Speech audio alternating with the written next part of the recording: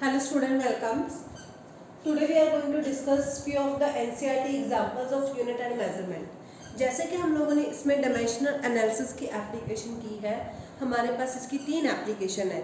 First है conversion of physical quantity from one system to another.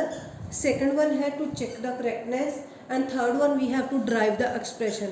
इन तीनों applications की हम लोग आज एक एक एग्जांपल डिस्कस करेंगे, वो भी एनसीईआरटी. ठीक है, तो फर्स्ट एप्लीकेशन कौन सी थी हमारी बेटा जी? We have to convert one physical quantity to another. इसके लिए I am going to take one example. इसके लिए मैं एक एग्जांपल ले रही हूँ. I am going to convert 1 joule to erg. Now, what is joule? Joule is the SI unit of energy as well as work done. And what is erg? joule हमारी क्या है? SI units है energy की, और erg क्या है? CGS units है work done और एनर्जी के. Now, as we know, जैसे कि हमें पता है कि joule किसके यूनिट्स है, this is unit of energy और वर्क डन. तो मैं किसी भी के सपोज कर लो जाऊँ किसके यूनिट है? वर्क के. तो आपके पास वर्क का फॉर्मूला क्या होता है? Force into displacement. As we know, जैसे हमें पता है कि जैसे हमने प्रीवियस लेक्चर में पढ़ा है कि फोर्स के डायमेंशन क्या होते हैं? ML T-2 और डिस्प्लेसमेंट के M T-2. तो आपके पास वर्क डन का फॉर्मूला क्या होना? Dimension formula M1 L1 T-2. This is the dimension formula of work. After that आप लोग क्या करोगे? You have to write the value of A B C. This M की power 1 it is act as A, L की power 2 B और T की power -2 that is C. तो आपके पास A B C की वैल्यू क्या आई? A1 B2 C -2. ठीक है बेटा.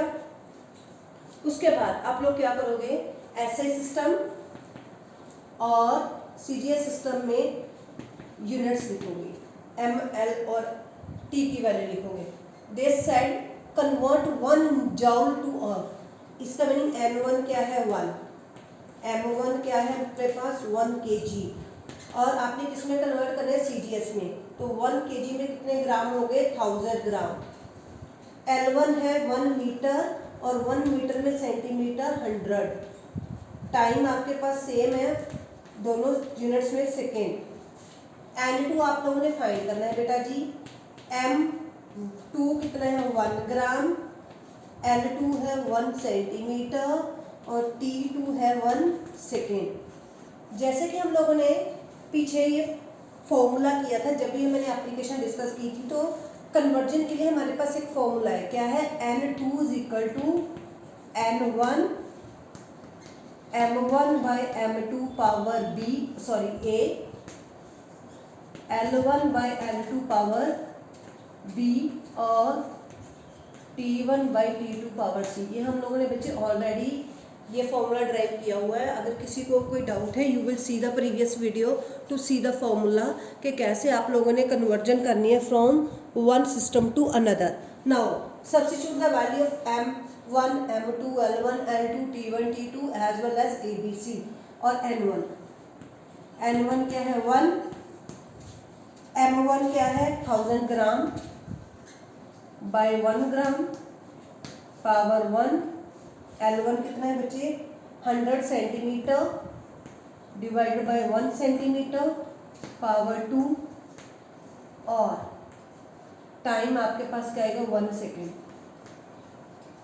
पावर -2. नौ जी से जी कैंसल, तो आपके पास N2 क्या आएगा? 1 इंटू 1000 इंटू 100 पावर 2. इसका मीनिंग क्या आ जाएगा? 10,000. 1 2 3 4 और 1 सेकेंड को जब आप सॉल्व करोगे तो you will get 1 value. Now N2 क्या आ रहा है? 1 1 2 3 4 5 6 7. This means 10⁻⁷. Now what do you mean by it? इसका मीनिंग क्या है? 1 जाउल में कितने अर्ग हैं? 10⁻⁷ अर्ग. आई होप एवरीवन अंडरस्टूड कि आप लोगों ने एक सिस्टम से दूसरे सिस्टम में कैसे कन्वर्जन करनी है. So this is the first one example of first application. अब हम लोग सेकेंड एग्जाम्पल डिस्कस करेंगे सेकेंड एप्लीकेशन की।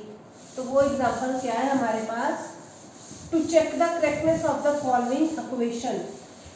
और आप वो करेक्टनेस कैसे चेक करोगे, हम लोग चेक कर रहे हैं, चेक द करेक्टनेस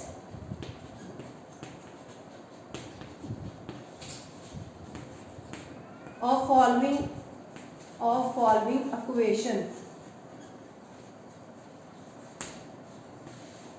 सपोज करो मैं इक्वेशन ले रही हूँ half M V square is equal to M G H, और ये check the correctness of following equation by using dimensional analysis. Means आप लोगों ने देखना है कि इस इक्वेशन के दोनों साइड के डायमेंशन फॉर्मूले सेम है कि नहीं। तो मैं पहले ले रही हूँ left hand side, half we are not going to take in dimensions क्योंकि हाफ क्या है कांस्टेंट, तो हम लोग क्या लेंगे एम वी स्क्वायर।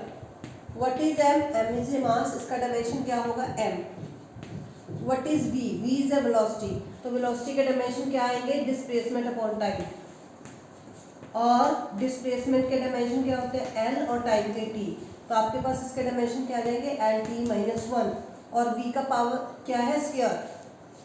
तो जब आप इसको सॉल्व करोगे तो आपके पास आएगा m1 l2 t minus two. This is the dimension of left hand side. Now solve right hand side.